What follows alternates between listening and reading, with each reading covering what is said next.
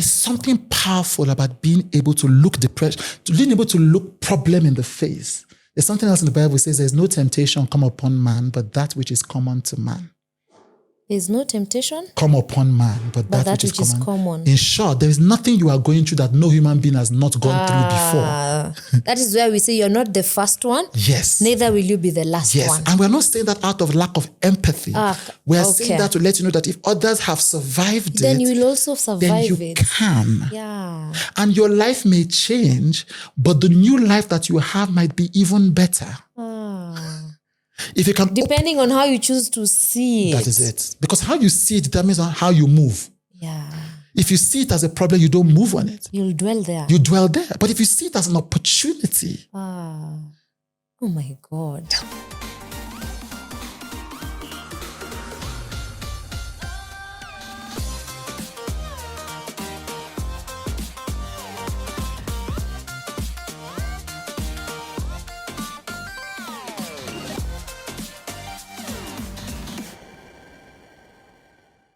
Saseni Mkofiti, welcome for Cele's Reflection. Oh guys, today you are going to love this episode. For the first time, I'm having an international guest on my episode, on my show. Like for the first time today, hakuna Kiswahili leo.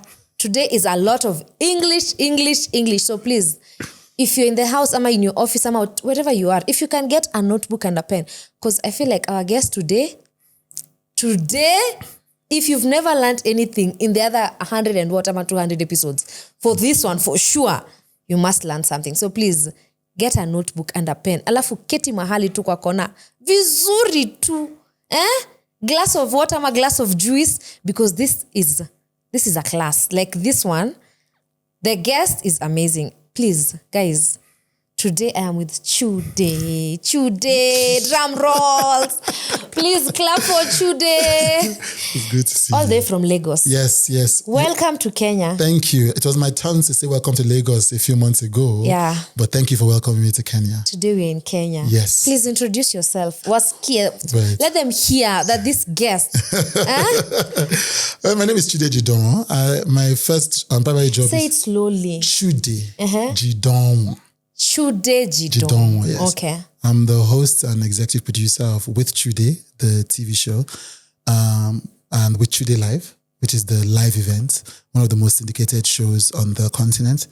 And I'm also a media entrepreneur, founder of Red Media Africa, Red for Africa, Joy Inc. and WineNigeria.com. Oh, umesikia your accent, so you can tell.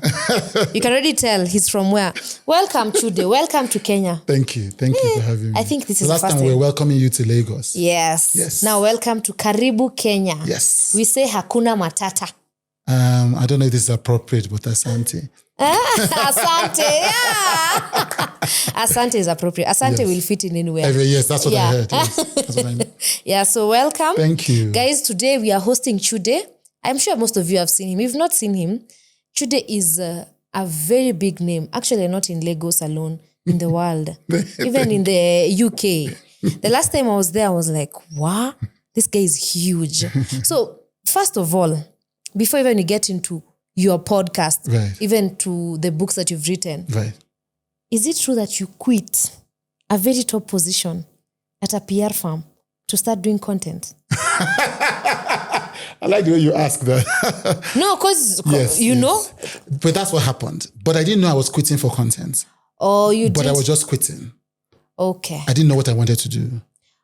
Oh, so it's not like you had a plan? No, I didn't have a plan, no. Oh, okay. I was just dealing with I talk about it in the book, but I was dealing with what I later realized was a depression crisis. Oh. So at that time, I just wanted to stop everything, And so that was when I quit the job. How many years ago? This was 2016. At a very top position. Yeah, well, yes. So I was a CEO, and Red Media was at the time, and still is, was at the time one of the top 3 PR firms in the region by client size and revenue and staff size. Mm. And we're working in Nigeria, working in Ghana, working in Kenya, actually. Mm. At least one project in Kenya. And so, so it's 2 years, and I quit. I had been CEO for 10 years. Oh. And I just thought that I couldn't do it anymore. So your reason for quitting wasn't, you're not quitting to pursue anything, you're just taking, now it's enough. Taking a break. Completely exhausted. In fact, the first time, it's interesting because just thinking about it now, Kenya is part of this story. So I came to Nairobi in 2015. So you've been to Kenya before? Yes. This is my 5th trip, I think. Okay. Yes, I was so ready to tell you the places you should need to hang out. So you've been to Kenya? I've been to Kenya, Then you're a member. Yes, I am. When ni mwenyeji. I think so. Yes. Asante. Thank you. Say asante. Asante. Okay, so to that I would say asante. Yes. Right, but I didn't understand. Yeah. So yes, I'd been in. So I came for business school here actually. Oh really? I came for a program at the Strathmore Business School. Oh yeah. So that was the first one, and then I had to leave the program towards the end because I was feeling so sad. Mm-hmm. So I went back home to Nigeria, and then I saw a therapist. And the therapist, so it wasn't Kenya that made me sad. Yeah. So by the time you were in Kenya, you were still a CEO. Yes, that's what I'm saying. So that was the first sign that there was trouble. Okay. When I couldn't finish a business program, and then I had to run back home. So, but then it took about another 7-8 months before I got to because it's not easy to just say you're quitting your job. Yeah. There's a lot of prestige. We just finished working on one of the biggest accounts in our history. So money was good. Money was great. Money was not even the problem. No, that wasn't the time to even believe in such a company. So after quitting, is it when you were hit? It was a couple of months later? Yeah. So so a number of things happened at the same time. But what happened was I quit first. Then I went to teach. So I was lucky. I got a teaching appointment at the Pan-Atlantic University in Nigeria, which I graduated from. Mm-hmm. So I went to teach media and communication. And I was very busy. So I was teaching master's students, I was teaching undergraduate students. So that was good. I love teaching, and it was calming. But then I was still technically the CEO, so I was still running the business. And then what happened was that the business then, but I'd already told the board. The PR business. Yes, I'd already told the board that I was going to leave. Okay. But I think we're still trying to figure out how this was going to work. And so I went off to teach in the meantime while we're figuring it out. And I think in the process, the company faced a financial crisis. So that was the last choice. Like, okay, I can play with relationship trouble. I can play with, friend trouble. I can play with health trouble, but money? We cannot. We cannot play with money. So I think, and it's amazing. I always tell people that no matter how bad things are, they can always get worse. Yeah. Because at that time, I thought that was the worst that can happen because I had been, for want of a better word, successful all my life. Since I left high school, I came out of high school, secondary school at 15. I wrote my first book when I was in secondary school. So everything was success. So you've never been to this side of life? Never. So that made me panic. Then I fell into a depression. Then the therapist diagnosed me of clinical depression. Can you say that money was like the cause, some of the trigger? I think money was the last straw. So it's like everything else, I could manage it. Okay. But once money left, it looked like everything had. Okay. And it wasn't just money, it was also my reputation, my perception, my brand. What happens if everybody knows you and then suddenly you are broke? The shame, all of that. Yes. Okay. So you're afraid. What if people? Oh yes, big fear. Okay. And big fear. Okay. So now your first, I don't know whether it's your first book, but it's the How to Win it. Yeah, How Depression, the book. Oh, How Depression, that's my latest book. Yes. It's coming out this month. That's actually your latest book? Yes. Oh, really? So, most in Kenya, now I don't know about Lagos, but in Kenya, most men, I have no problem, but they don't talk about mental health the way you're very vocal about it. Yeah. Because here, it's like when you talk about it, you're not being a man enough. Yeah. You're supposed to die with your problems. Yeah. Even in Nigeria, it's an African problem. It's a sub-Saharan African problem.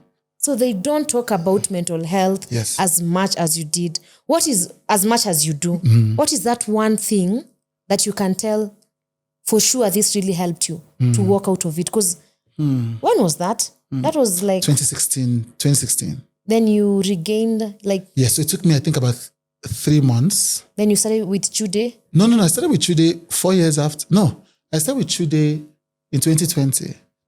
So it's a longer story, but it was the depression that led me to with Chude. With Chude. Yes. So So I came out of it. You asked me what was the one thing. There was one thing that came out. What helped you, to come out of it? Prayer.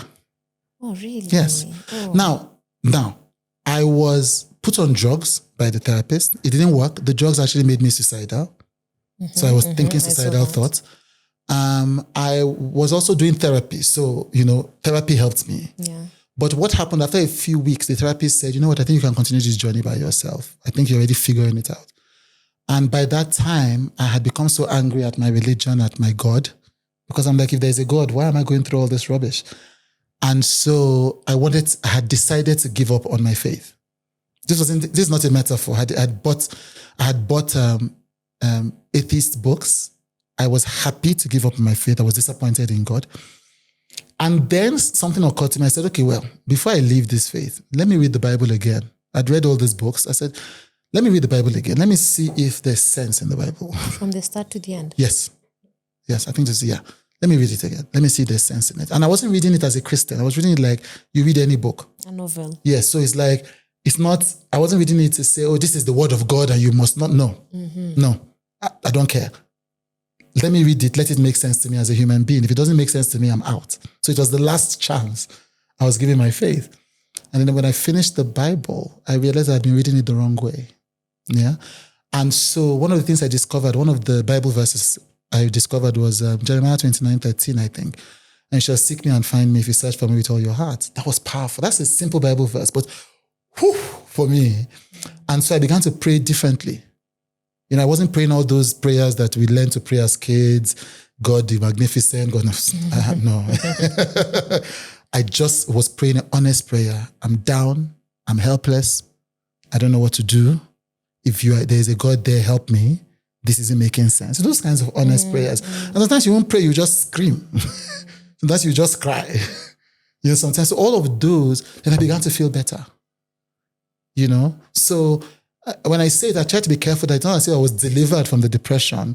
But then when I began to study, I realized what happened. One of the best interventions for depression is meditation.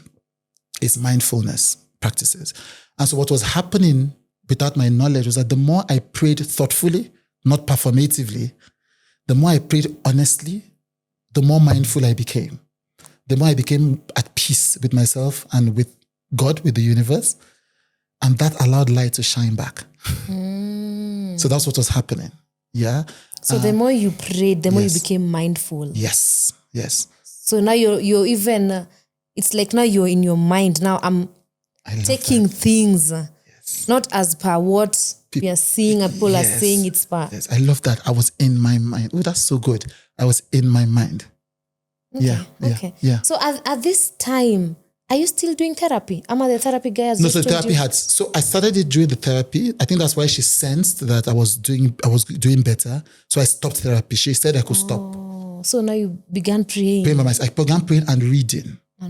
Usually when I have a problem in my life, I go and read. So I was reading a lot of books. I was reading books, The 7-Step Cure for Depression. I was reading articles. I was listening to YouTube videos. I was just reading anything about depression. For how long? Well, I've been reading since then. No, but like after quitting work, 2016 too? Yes. How many years since I quit work? Yes. No. Like before you even began with Chude, the podcast. Yeah, so from 2016 to 2020. So it took 4 years from... All this while you were battling depression? No, so I battled the depression in 2016 for 3 months. Okay. So I came out of it at the end of... I came out of it slowly at the end of 3 months. Okay. But it doesn't come... It's not like you wake up one morning and it's gone. It's like... Dealing with it. Yeah, so it comes out. So by the end of 2016...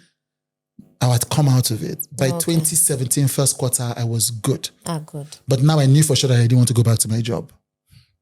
So I began to teach something called the Joy Masterclass. No, that was even different from the Pan Atlantic University.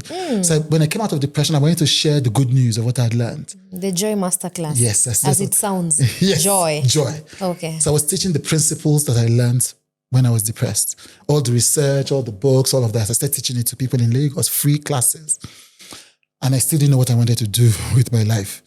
So then I was lucky that 2017, I applied for a fellowship at Yale University. I didn't think I would get it because it's very competitive, but I got it. So then I went to Yale. By that time, I told the company that my leaving was going to be a 2-year thing. But at the end of 2017, I would leave for it. So I would slowly hand over 2017. So I went to Yale. And then, that's when, so when I got to Yale, I began to realize what I wanted to do. Because the whole point of the Yale Fellowship is to help people who are reconsidering their careers. People who have already accomplished a lot, but are thinking, what next? So it was the perfect for me. And so I spent one semester at Yale reading, talking to professors, teaching classes, visiting across America. I went to the New York Times, I went to Columbia, I was meeting professors of joy, I was meeting researchers all over the country. And so I realized, that's what I want to spend the rest of my life doing. I want to help people be joyful. Yeah. Makes a lot of sense. Yes. And that is what you do. And that's what I do essentially. I don't announce it, but that's what I do. That's what the show is about. That's what my work is about. Even the book, the everything is about how can we as Africans, my message is for Africans first. How can we live lives of joy? Even in the midst of the hustle and the poverty and the corruption and the political crises and the tension, how can we find spaces in ourselves where we can live joyful lives? Can you live a joyful life if what you do, you don't enjoy what you do? If you're not living like the work that I'm doing? Yes, you just have to do more work. So there's research. Let me explain what I mean. There's a researcher at Harvard called, I think, Dan Gilbert, I'm not sure. There are 2 types of happiness, organic happiness and synthetic happiness. Oh, really? But the quality of the happiness is the same. So when they measure, the quality of the happiness is the same. Organic? And synthetic. So organic is the one that comes naturally. Synthetic is the one you work on. So if you are doing a job you love, you get organic happiness. Oh, naturally. If you're doing a job you hate, you have to work on the happiness. What? That means that, for instance, you have to spend time thinking, what part of this job do I like? Is there anybody in my office that I like? Can I do something else after I go home at night that will make it easier? Can we go for team building? Yes, those kinds of things. So you have to work. Do you get what I mean? It's better if it's easier if the happiness comes organically. Yeah. But that's life. We don't get everything we want. If it doesn't, but the beauty of it is that even when you work on it, the quality of the happiness is the same. Oh, really? Yes. Because most of us, like now in Kenya, we don't love the work that we do. We just have to work because we need to make a living. Yeah. We need to earn a living. Yeah. So it is okay whether we get synthetic happiness. Oh, yes, it's okay. Good. The beautiful thing about it is what people do. That's why I wanted to share Joy Master class, because when I came out of the depression, we were still having a financial crisis. And I thank God for that, because if the financial crisis had stopped, I would have thought it's because of that. Money, that is no. So what I learned was that my perspective changed. I often say that at its core, depression is a disease of perspective. It means how has your mind shifted to see the world? It doesn't mean that it's easy to change the perspective, but that's what it is. And so I learned that once my perspective, so what happened is I went to meet a mentor of mine, Fela Durotoye, and he said to me, he actually prophesied, and said, look, Chude, God is going to use this experience to change your life. It's amazing because that's why I'm here. Yeah, I'm here because depression changed my life. He said, God's going to use this experience to change your life in ways you cannot even imagine. And so once I left his house, I felt joy because my perspective has changed. First, my problems were, I couldn't understand why. Now I understood why. And because I understood why, joy could come. So that was a powerful lesson. Chude.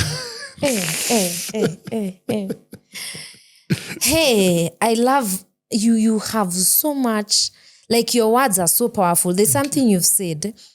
Depression is a disease of perspective. Disease of perspective. Yes. If I choose to see this glass 3/4 full, yes, or 1/4 empty, yes, it is how, like if I want how you choose to see it. It is how I choose to see it. Now, the choice is not an easy choice often, but if you can make the choice, you decrease or eliminate the power of the depression.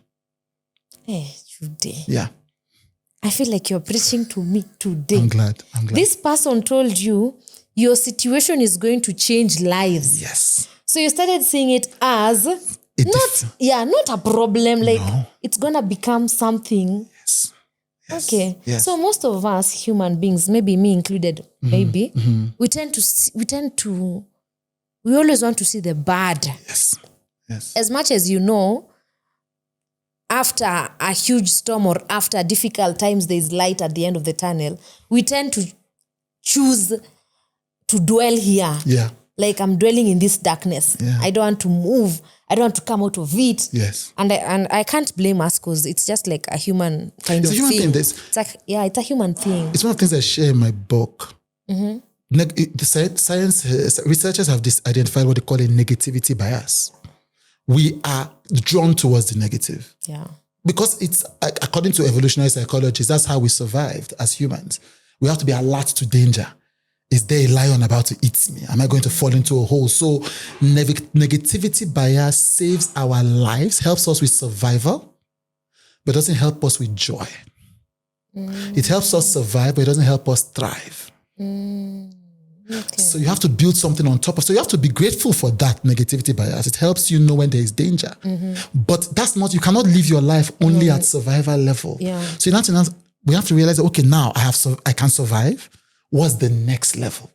So it's very natural for us to be biased towards negative. Everything in our genes, everything in our experience, in our environment forces us.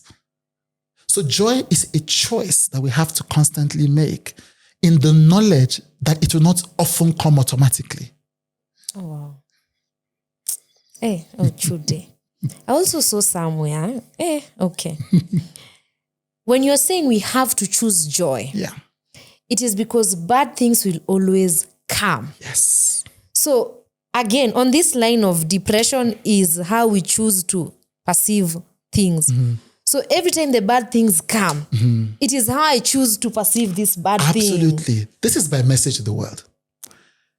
Avoid the trouble you can. Any trouble you can, avoid it.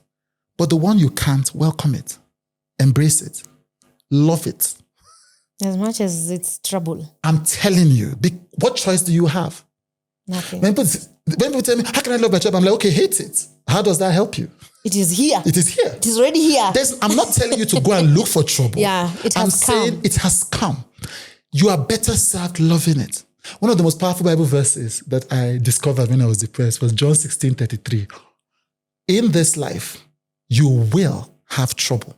Yeah. It's a promise. You cannot reject it in Jesus' name because Jesus said it. In this life, you will have trouble. Will. So it is not by choice, by bad luck. It was no said matter it will come. Who you are.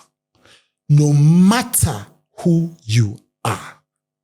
No matter who you are. Oh my God. In this life, you will have trouble. John 33? 16:33. 16:33. Yes. Guys, write that down. Yes. I didn't know about that. Yes, I didn't know until I read this. I thought, how can I be a Christian for so long and I didn't know this? So it is written. It is written, in this life you will have trouble. So the point is that when you know that, I always say, but then prepare for trouble. The whole of human life is about preparing for trouble. When you take car insurance, it's about preparing for trouble. Yeah. When you do building surveys and tests, it's preparing for trouble. When you go for an annual checkup, it's preparing for trouble. When you have a weekly conversation with your wife, you're preparing for trouble because what it is that you're saying, let us talk about what is going on before it becomes a problem. So there's nothing wrong with trouble. It is the nature. I wish we lived in a world where there was no trouble, but we don't. We live in a world. So if that's the reality, then there's nothing wrong with it. So how do you prepare for this trouble? By building the internal resource. First, the knowledge. So the knowledge that there will be trouble is a good step. part. Yes. Yeah. Because then you are not surprised. You're not going around saying trouble come. Looking for trouble. No. You're saying that if trouble comes, I'm prepared. Because I know there will be trouble. Because I know there will be trouble. So that's the first thing. The second thing is you ask yourself, what can I do with this trouble? Let me give you an example. This is a small example. Small, not a big example. Yesterday, I was feeling sad because I was in my room. I was doing a lot of work. I'm like, oh my God, I came to Nairobi. I can't be working. And then I said to myself, okay, what can I do with it? I'm like, okay, well, if I'm feeling sad, I can't just stay in the room and let me go out. So I go out. I remember that, the hotel had said, there's a free ride to the Karura Forest. And so I said, okay, I went down. I said, okay, let's do it. One of the best experiences of my life. Karura Forest. Yes. Wow. I came out of it and thought, I was praying for the late Wangari Maathai. I was saying, if this is the only thing you've done for the world, and it is not, I thank you from the bottom of my heart.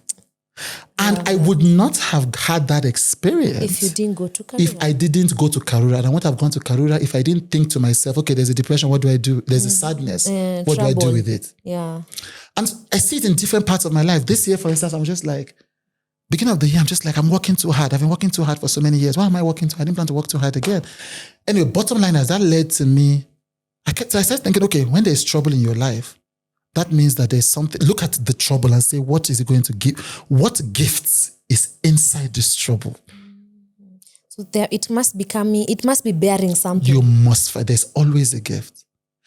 You know, the Bible, the Beatitudes, and I'm sorry I talk about the Bible a lot because please preach. I'm a Christian. Chude, preach.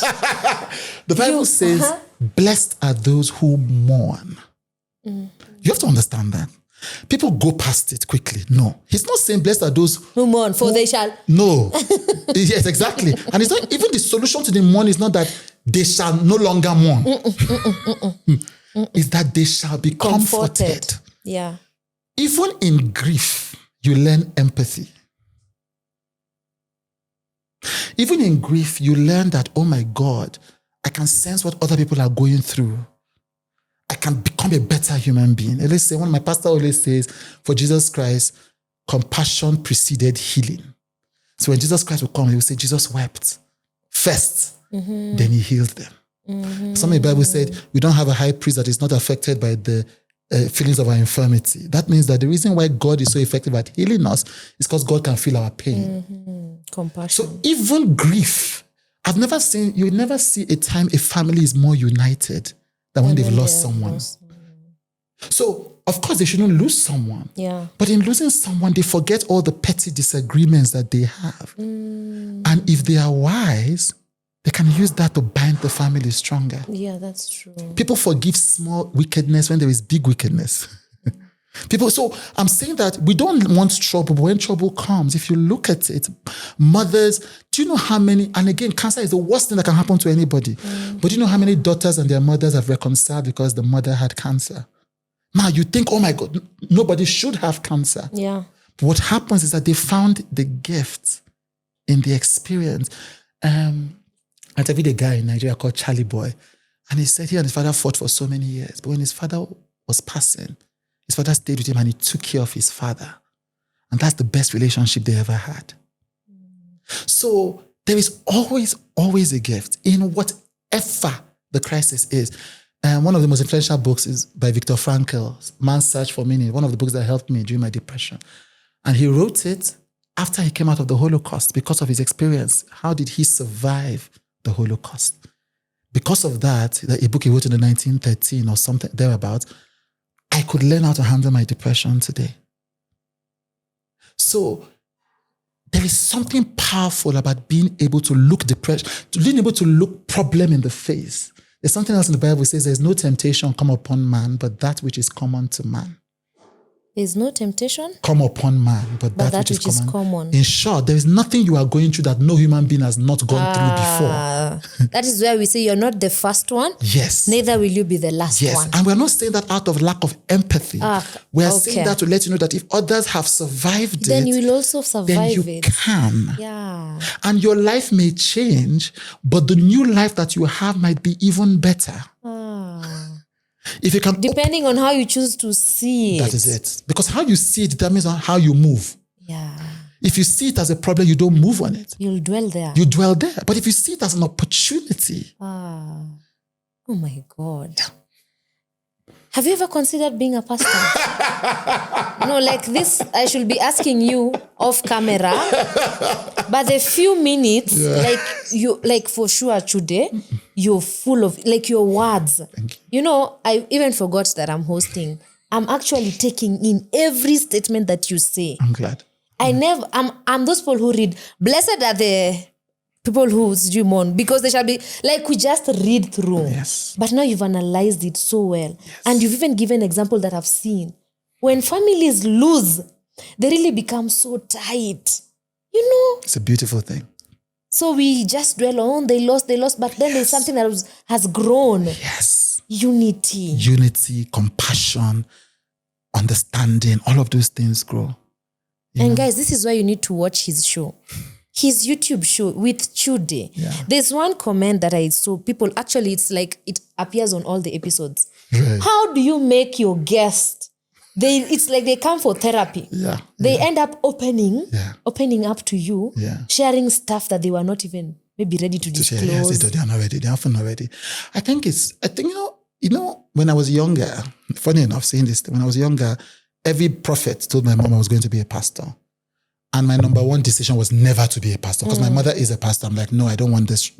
I don't want it. You're still spreading the ministry. Right. But what I realized is that the idea of being a pastor is not the point. The idea is to be able to spread the good news. Yeah. And the good news it's not even a religious good news. It's just the good news of the fact that we human beings can live lives of joy. So I think that what happens on my show is that I did that show because I have a mission.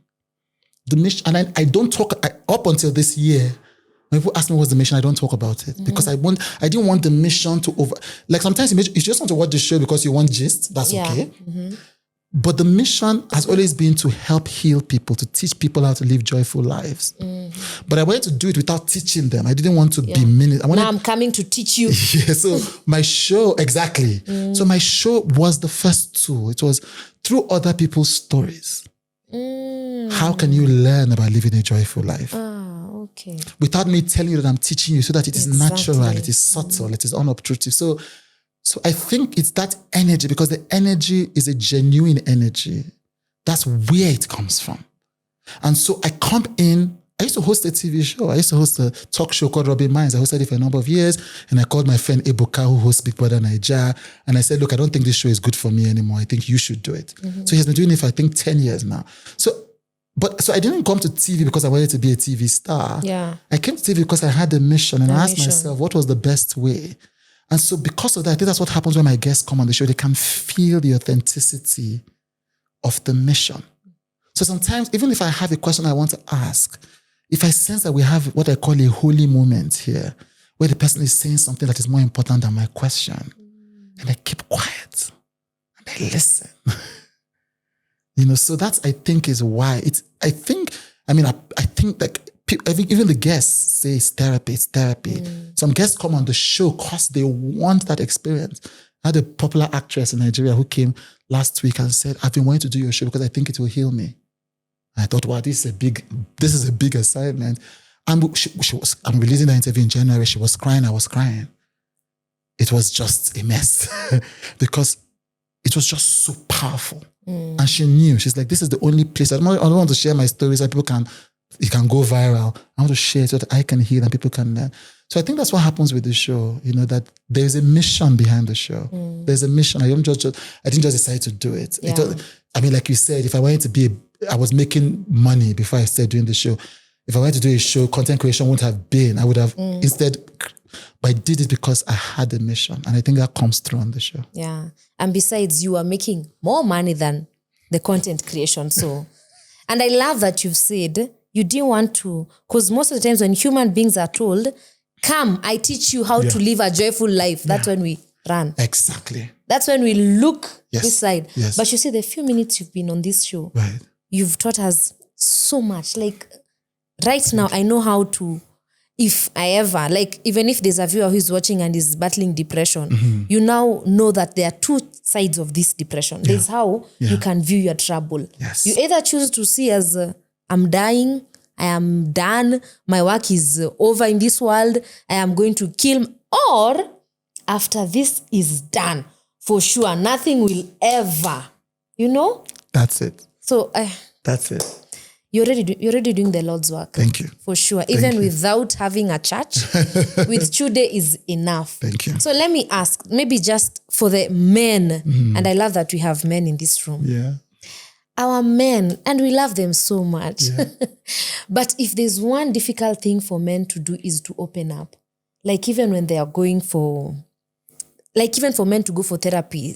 It's so difficult. It's so difficult. Yeah. Yeah. You were able to see a therapist. Yeah. Was it easy for you to open up? It was easy. It was easy. So me, I don't do shame.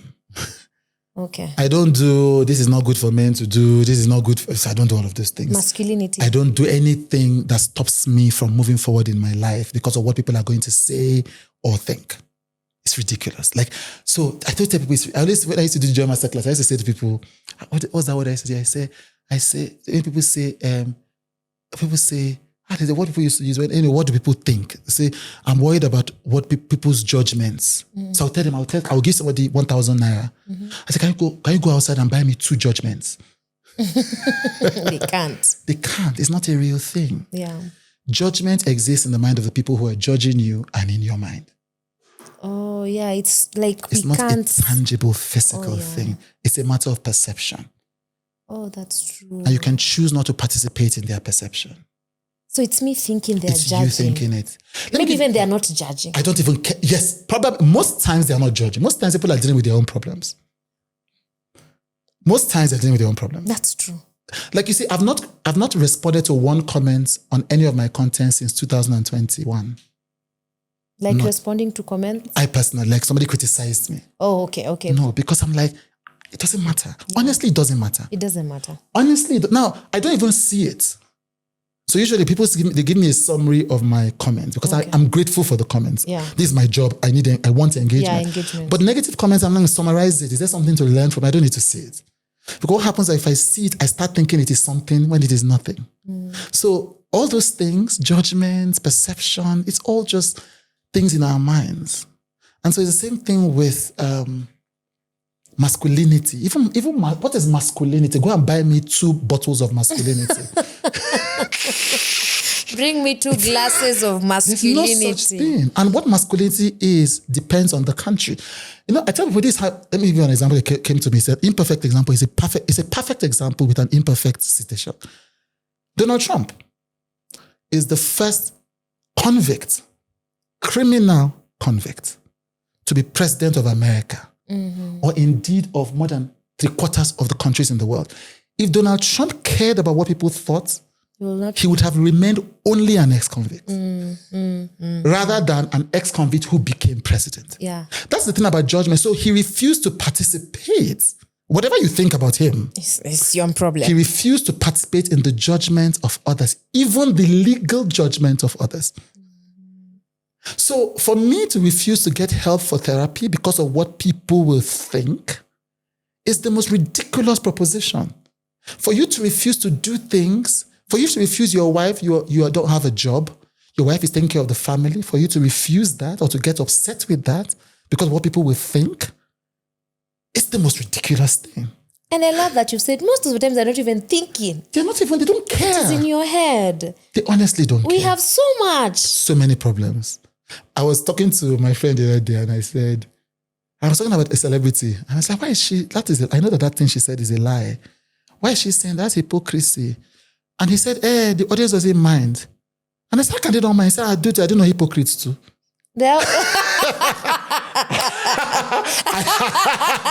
I thought, well, there. Yeah. Who's not? Who's not a hypocrite? Who's a saint? Exactly. Nobody. Let me tell you. Fool me, I fool you. I'm telling you. Yeah. So you're judging them. They're judging themselves at home. They are harsh on the comment sections because they are harsh on themselves. They're judging you because they're judging themselves. They don't even care that deeply. Honestly, most times they don't. Sometimes they do. And even those times don't matter. The only thing that matters is how am I going to respond to this situation? And so for me, seeking help as a man, it wasn't an issue. I love that. But I understand why it's an issue for other men. Because we've been socialized to consider masculinity to be invulnerability.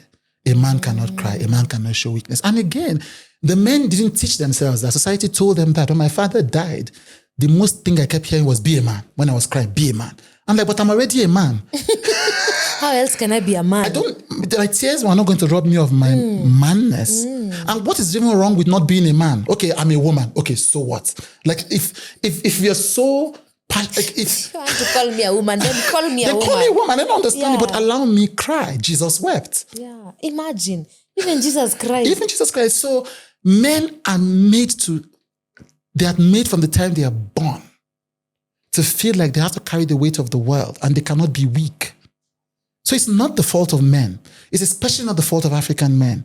In many of our initiation ceremonies in our cultures from times past, men are supposed to bear pain without complaining. And women as well, to be honest. But men are supposed to bear it in a way where they don't share emotion. They don't even talk about it. So we need to come to a space where we realize that that is not healthy. Yeah. And that anything that is not healthy, you should find a solution for. And so for me, that was easy for me because I don't do shame. But for many people, they are brought up in cultures and societies and environments that encourage shame. And so they find it difficult to do what is best. As I tell people that anything that stops you from growing as a human being is useless. Shame, doubt. Tell them. Anything that stops you from growing as a human being is useless. I do something called the Joy Retreat every year. At the end of the year, people come I teach them practically, you know. And when I'm telling people, I say, tell me your problem. We use a tool that we developed. Tell me your problem. They will say, but I think it's because I am stupid. I'm like, that's fine, but that's not my concern. Yeah. Drop that. That's not going to help you grow. Oh, I think it's because I'm selfish. Okay, but that's not useful here. Okay. What do we need to do? Oh, it's because I'm like, okay, great. It's okay. That's useless. You beating up on yourself is not going to help you grow. There's not a moral. If I thought it will help you grow, I will use it. But it's not. Anything that stops you from growing is useless. So shame, sometimes self-doubt, prejudice, other people's judgments, they are all useless if they are not helping you grow. Wow. If it is not helping you grow, guys, it is useless. Can you share some of, now, I'm sorry, but I'd love just a few practicalities on how to measure joy, like to be joyful as a person. There's something we do at the Joy Retreat. It's called the Joy Pillar. I like to do simple things. Okay. So I tell people, take a piece of paper, draw a line in the middle. On the left side, put things that give me joy. On the right side, put things that don't give me joy. These are simple. Now, look at your life over the last 1 year. It's not an exam, so you don't have to be perfectly right. All the things in the past 1 year that are within your control that gave you joy, write them down. It's even better if it's things that don't have to do with money. Oh, not traveling. No. It's better if it's things that don't have to do with money. So the way your girlfriend smiles, the way your child plays, hanging out with your friends, sleeping at your mother's house, walking in the Karura forest, going to the mall, going to the beach, sex, whatever it is, write it down on the left. On the right, write down the things that don't give you joy. Spending time with your judgmental sister, your pastor who is always making you think that you are going to hell. My neighbor who is very nosy. Your neighbor who is very nosy, listening to the news, all of those things. I don't listen to the news, but that's an event matter entirely. Write it down. Write it down. Don't lie to yourself. You know it. Write it down. You know it. Then now, design the next 6 months of your life by excluding the things that don't give you joy and including every day at least one of the things that give you joy. Oh, wow. It's really that simple. Oh, wow. So avoid all these things that are not giving you joy. Within your control. Because some of them are not in your but the ones that are not within your control, avoid them. Avoid them. Cut them off. In 2020, 2021, I went through an evolution in my life. I was blocking a lot of people. You do something, you're blocked. You do something, you're blocked. I will block you. And it wasn't the best, but it was the best for me at the time. Now I learned how to handle people without blocking them. Oh, really? Yes. There's silence. Oh, without blocking. Silence. You'll just see me. I will communicate to you that I do not wish to engage with you anymore. And then if you choose to accept, there's that James Bond thing, your mission if you choose to accept. So if you choose to accept, then great. If you don't, that's fine. Silence, you'll meet silence. So, but at the time, blocking was necessary for me because I didn't have any other emotional tools. So what I'm saying is that what I mean is that at that time, it might mean blocking your mother. Oh, yeah. That doesn't mean you block her for life. If it robs you joy. It means that at this time, you do not have the emotional equipment.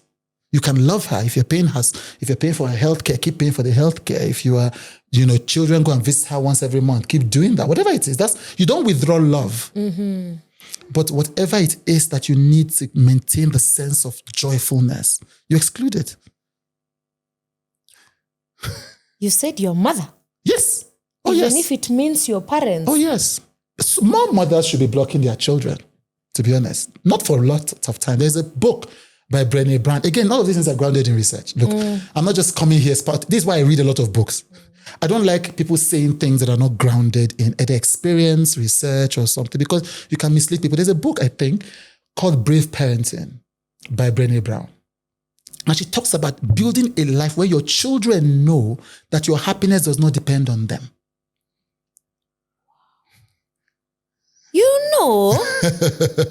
Repeat that statement again. You need to build a family where your children know that your happiness does not depend on them. Not even them. You love them. So you need to create your own happiness. Yes. Not from your children. That's why most parents want to destroy their children's lives. By choosing who they marry, by fighting the wife, by choosing their careers. Because they've tied their self-worth to their children. Yeah, they want to live through the children. No, I said, if you want a lawyer in your family as a parent, then go and read law. And be the lawyer. Then be the lawyer. If you want a pastor in your family as a parent, then go and become a pastor. Leave your child to live their lives. So what happens is that if you're a brave parent, then you raise brave children. Because as the children see that even mommy's happiness doesn't depend on us, then they learn that their happiness should depend on nobody else. I love that because I recently did a topic on mom guilt. Mom guilt is, personally, I suffer with, it's something that, especially if you go out, you come in late, you go meet your friends. Yeah. So in all this, I'm trying to be happy, but then I feel like my kids are missing time with mom. But then you've said, I cannot force my kids to bring my happiness. So I don't need to feel mom guilt. Do what you need. Take responsibility. I love that. For your kids. Do what you need to do. Of course. The rest is guilt. Okay. Thank you. The rest is guilt. Case closed. There's a lot of, you mentioned the mom guilt. There's a lot of research about this. It's not, I'm not just saying it. The guilt is like one of the biggest praises that men praise their mothers and women. Oh, my mother suffered a lot for me. I get very worried. Suffering. I'm like, so if your mother didn't suffer for you, you would love her less? Or she wouldn't be your mother? Exactly. No, suffering is optional. Yeah. Your mother doesn't need to have, if your mother was in a difficult marriage, and her husband was beating her and she chose to live rather than stay because of her children, that's a choice she was entitled to make. The person at fault is not your mother, it's the man that was beating her. She doesn't have a duty. Now, if she chose to do that, you should be grateful to that, sure. But that should not be the reason you love her. That's true. And so most mothers, because they're worried about the judgment of their children, but children judge their parents even when their parents are perfect. That's true. I mean, once you grow, you understand our parents did the best. Yes. Once you become big, you're like, okay, they did their best. Yes. So people think that, no, love your children. Take care of your responsibilities, pay their school fees, spend time with them, affirm them, but have your own life. Yeah. We all should have our own lives. Even children should have their own lives. Leave them to play on the playground. There's such an idea as helicopter parenting. That when you or tiger moms, when you what's that word? Smother your children, you don't allow them build their own personality. Because you don't want them to get dirty. You don't want them to get dirty, but children need dirt. There's actually a book by, what's his name? Jonathan Haidt, I think, about children need dirt. Children need to fight without an adult intervening. They need to learn conflict resolution. Oh. So it's amazing. So but let's say that, look, a lot of the ideas that we live with in our lives are bad ideas. And most of the time we don't even know that there's research that already proves that they are bad ideas. But we don't even need the research. Yeah. In our lives, we know. Yeah. The evidence is already in our lives. But we went through it and we went here. through it. But the culture tells us we have to do it. The culture tells us, but that's what we have to do. Even when you can already see the evidence that that's not what you have to do. So it's a real big crisis that we have in terms of we live lives that are optimized for sadness. Every day we make choices. I understand why you're teaching people to be joy, like to find joy. Yeah. Because again, the brain loves negativity. It loves it. So we're just living miserable lives. Miserable lives.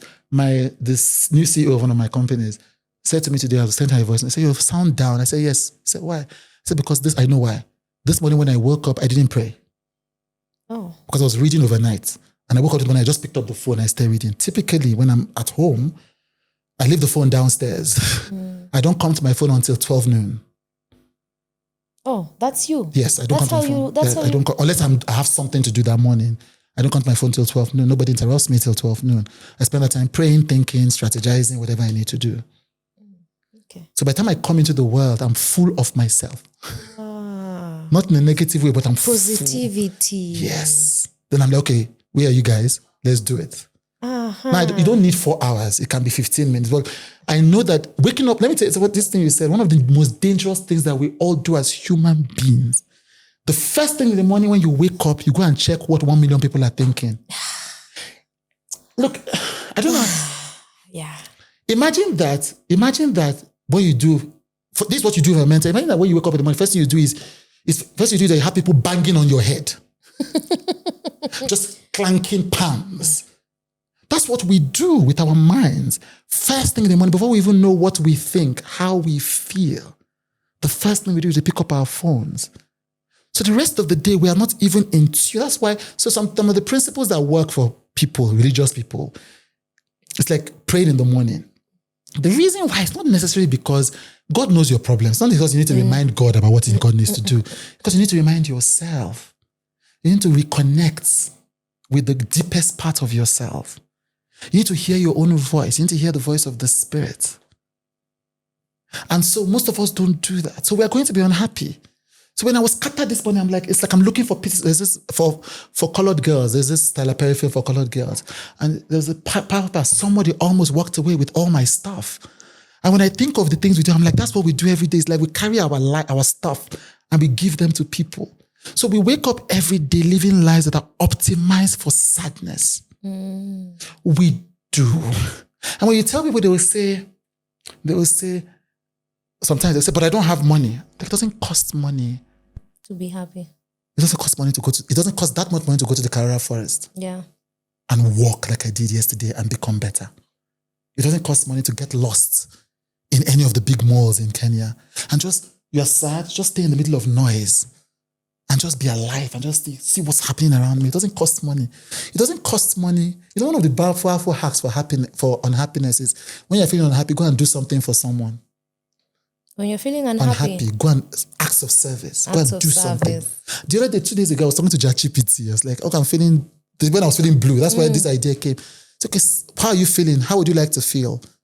Okay, send a message to somebody telling them what you would like someone to say to you at this point. Oh. And I did that and I felt happy. I'm not even joking. It's not as if I'm going to feel over the world, but I will feel at least less sad. So when people tell people these things, they will say, but I don't have money, I don't have time. No, you have time. You have enough time to not look at your phone in the morning. Yeah, that's true. For sure. For sure. But we choose to wake up and the first thing is the phone. Yes. And then when you get into the phone, you just see all this negative. Then you start comparison. Yes. Look at this one. Yes. Look at this one. Even if I had this, I had this. Yes. I don't have any social media on my phone. Don't. At all. I don't have the password to my social media accounts. Don't. I don't know. I would love that. Unfortunately for me. Yes. So I couldn't do it. I would love that. I couldn't do it 6 years ago. Now I can. Yeah. So I'm like, I know the reason why I'm working hard for money. I'm working hard for money so I can outsource the things that I don't need to do. Mm-hmm. So one of those things, and that's because I am a social comparison master. Once I pick up the phone, I'm like, I've not achieved my goals. And see what this person is doing. I'm like, no. It robs you happiness. It robs me happiness. My partner is fantastic. No social comparison. Okay. So we all have different problems in life. So if social comparison is not your issue, that's fine. Then go ahead. But social comparison is my issue. And I know it's useless. So I don't expose I no longer pay attention to what other content creators are doing. You just do your part. I just do my thing. Because in any case, content creation, I didn't come into it by paying attention to what other people are doing. Yeah. I came attention because I got depressed. I was looking for a solution. I wanted to teach other people. So why do I need to pay attention to them? Yeah. If I want to learn any specific thing, then I'll pay for a course and I'll go and learn it. You're really self-aware. You've really studied yourself fully. Depression forces you to do that. What's your next, if I hate this question, of course, I know how I answer this question, right. But where do you see with Chude in a few years to come? I don't have my with Chude dream is horizontal, by which I mean, I'm already doing what I want to do with Chude in 10 years. I'm already doing it now. Okay. But I want to do it to more people. Okay. I want with Chude, I want to interview more people from more countries. So now I'm doing interviews in Nairobi tomorrow. So I've been wanting to do that for 5 years. I was just like, first solidify Nigeria before moving out.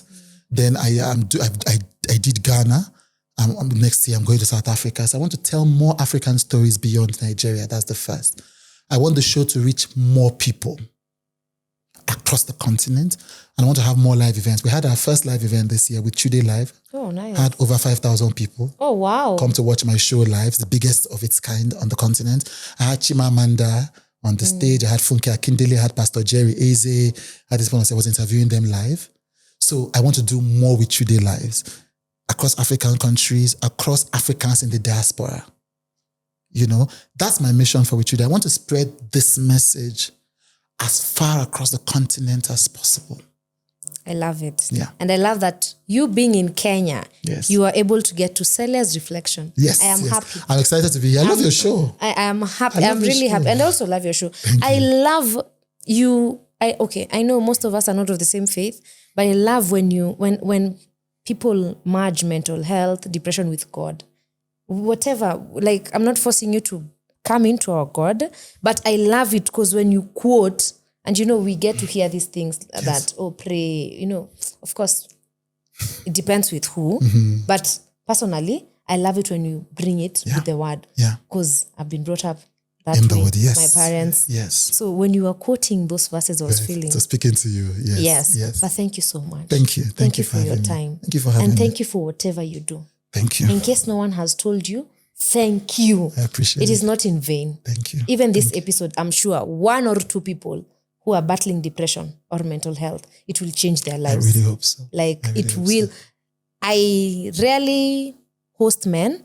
I've hosted a few this year, I think like 4 or 5 men. Yes. And one of them was a mental health expert. Right. Where he was saying how men, especially matters society, work, how men are killing themselves because they can't talk. And you've told them, it doesn't matter what the people think. If anything is going to stop you from growing, then it is unnecessary. It's unnecessary.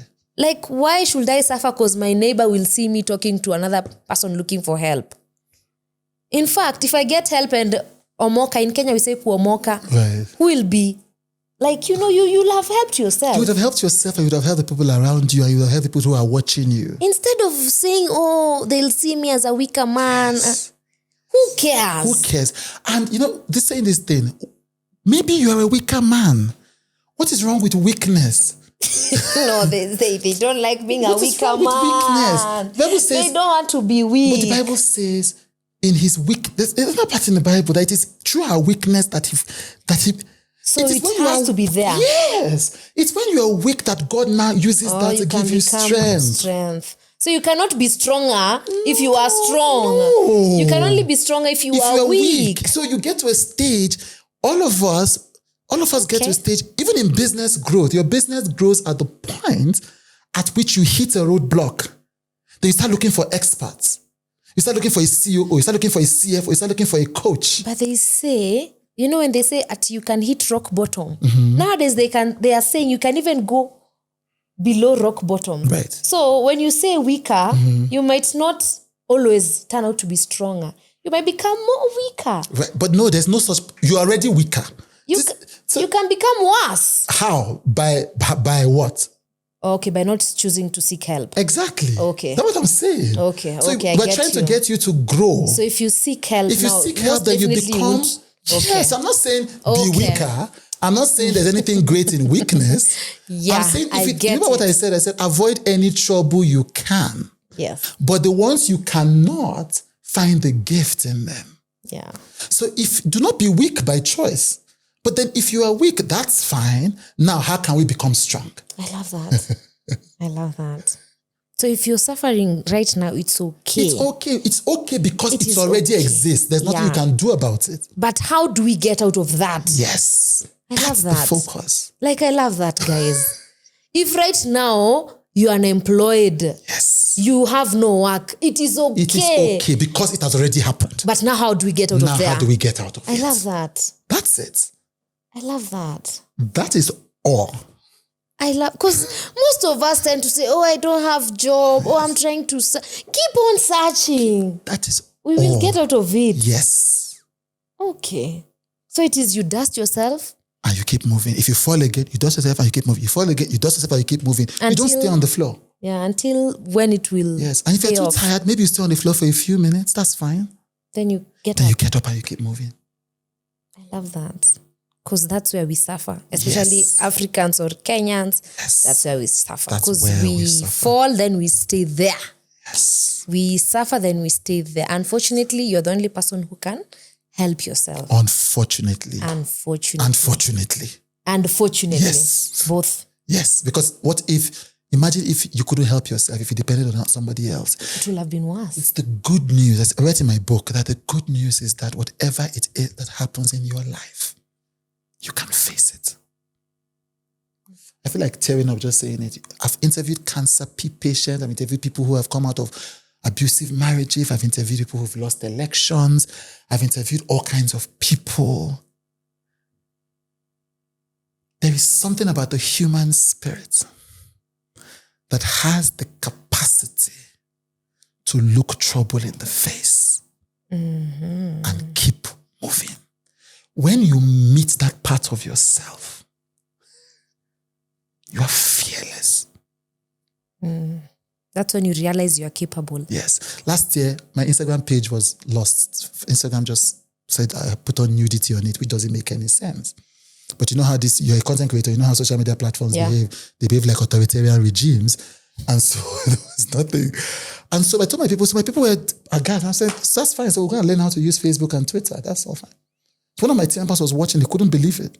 He said, oh my God, he learned so much. I said, there is nothing in this world that I cannot survive. Nothing. It doesn't mean that I want to deal with it. But it is here. But if it is here, there is nothing in this world. Nothing. And that's how we're supposed to be. And that's how we're supposed to be. These things have spoken to you that in me you may have joy. In this world you will have trouble, but be of good cheer because I have already overcome the world. So I feel like if we knew the word, somehow some of these challenges wouldn't be. It wouldn't be now. It wouldn't be. Beginning of this year, one of my companies, we were doing something with a US company. Over $200,000 in contracts were cancelled. $200,000, because Trump was cutting things. Yeah. So I told my people, I said, that's great. So if they've cut you anything, they will cut expenses. I'm like, there's nothing to be worried about. It's not my money. So the US government's money. Okay, they say they're not giving it to us. Why are we going to be here? We had all kinds of plans. Like we cut that, we cut this, we cut this, we cut that. We keep moving. Yeah. $20,000 is just money. It will come. It will come. If it was meant to come. If it was meant to come. I feel like you have a very nice, should I say personality? Like, okay, I don't know how to call it, but I love your spirit. Like the fact that if it is here, how do we deal with it? And I wasn't always like this. You were not like this? No, because if I was like this, I would have. It's the books and the therapy. It's the depression. I faced my worst fears. So nothing else so I realized that I could survive them. Really? I always tell you, I say, if you are fighting your enemies, don't destroy them. Because if they discover that you can't destroy them, they become indestructible. Don't destroy them. I'm joking about that. I'm saying if you're going to fight your enemy, better destroy them. Because if they learn that there's nothing you cannot, they will keep on they coming. They would be indestructible. And that's what happens with trouble. I learned that I can survive my worst fears. And my worst fears were even stupid in the first. I was afraid of being broke. Why would you be afraid of being broke if you are talented? We are all afraid of being broke. Why? If you're afraid of being broke, then go and save, then invest. I'm saying, people, see, that my company, when we started our company, we always used to save 1 year's salary ahead of time. 1 year. And so later I said, why was I afraid? But I had 1 year's salary down. So what was I afraid of? Okay. So if you're afraid of it, then save for it. Be ready for it. So what it is that just don't allow fear cripple you. Whatever you need to do before the fear comes, do it. When the fear comes, you can overcome it. So now, the life I live, I write it in my book. And I'm like, I wasn't like this. Everything used to make me afraid. Everything. Afraid of death. Afraid of poverty.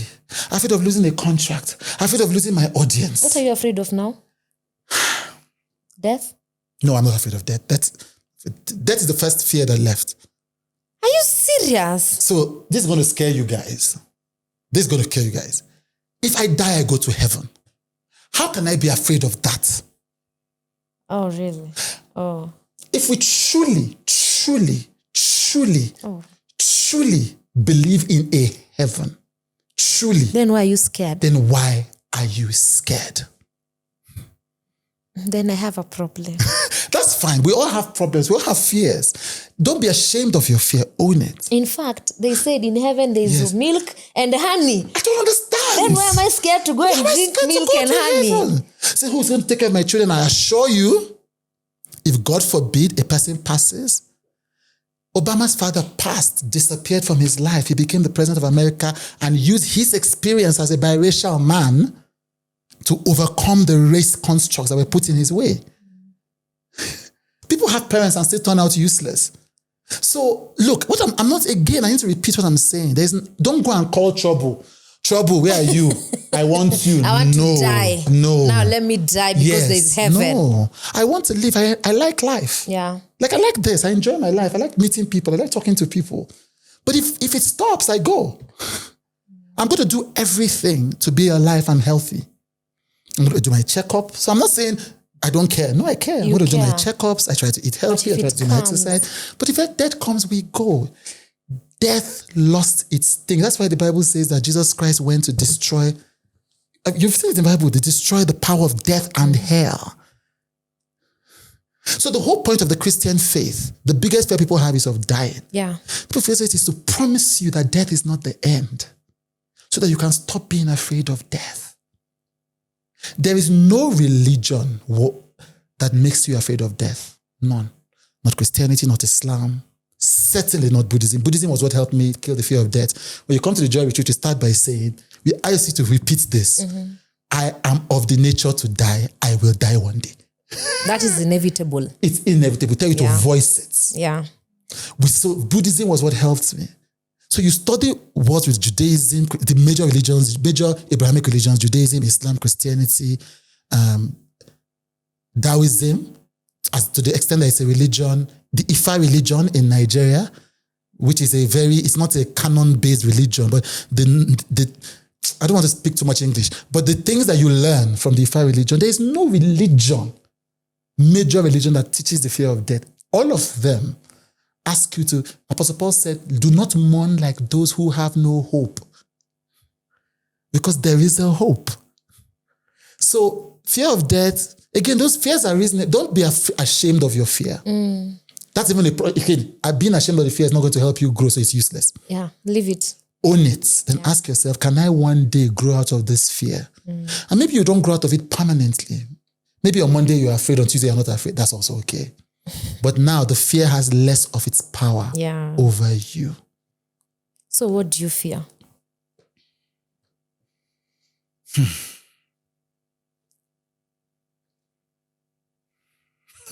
I love that. The fact that you're thinking about it shows how you have less of fear if there's anything like that. Yes, because I'm sure I have a fear because we human beings, we've not evolved system that way we have no fear, but I can't think of it because most of my greatest fears, I have confronted them. I wrote down all my greatest fears a long time ago and I wrote down my plan for if they happen. Nah, I love that. Yeah. So fear will always be there, but prevent. So how? Yes. Because most of us, we fear losing our jobs, losing our careers. Yes. Then what do you do? What do you do? To prevent if it ever comes? Yes. So, Chude. Oh, thank you so much. I'm glad you're welcome. Like, even if you don't, like, even if no viewer, you don't change a soul today or someone, mine has really been. I'm really glad. I'm really glad. Like, I'm so grateful. You're welcome. Yeah. Really glad. And thank you for having me on your show. I love your show. It's important work. Coming. It's really telling important stories, important conversations. And so I was really excited that you could have me on the show. Thank you so much. And also thank you for your time. Thank you. The fact that you're here for a short while and you chose to come here, thank you so much. You're welcome. And thank you for your words. Thank you. Like I think this is the one, okay, no, but guys, yeah. But after posting this, I'll watch it again and internalize every word you are saying, like statement, and write it down if need be. Because you're just speaking your wisdom, words that are going to help us live in this life. I'm glad. Thank you so much. Thank you very much. Guys, I hope you enjoy your show venye enjoy because thank you so much for coming. Maybe parting shot. Right. Just one word. I know, maybe even if it's 2 words. Yeah. But to my viewers, someone who has fear, someone who is battling depression, someone who is going through it, who has hit rock bottom. Of course, you've told them a lot. But maybe just one closing remark to them. Yeah. I always say this is the easiest thing I come to. I said it to one of my friends that interviewed me, the actress Omani Oboliela this year. I said, class is not over until class is, when it comes to life, when it comes to life, think of it as a classroom. Yeah. And class is never over until, class is not over until class is over. And class is never really over. That means that as long as you are alive, as long as you are here, there is always a hand you can play. There is always a lesson you can learn. Until you leave, there's always a growth path you can follow. Class is not over until class is over. And class is never really over. Okay, I love that. Thank you so much. Thank you. Thank you so much. Thank you for your time, guys. Thank you for watching. I hope if you've come all the way to this minute, I'm sure you've learned something. I'm sure you've taken home a lot, not even 1 point, a lot. And I hope you're going to use it in your life, like daily things that you are doing, even including writing down things that rob you your joy. As little as that, please just start implementing one by one. Yes, thank you so much for watching. And that's it from us. Until next week, bye-bye.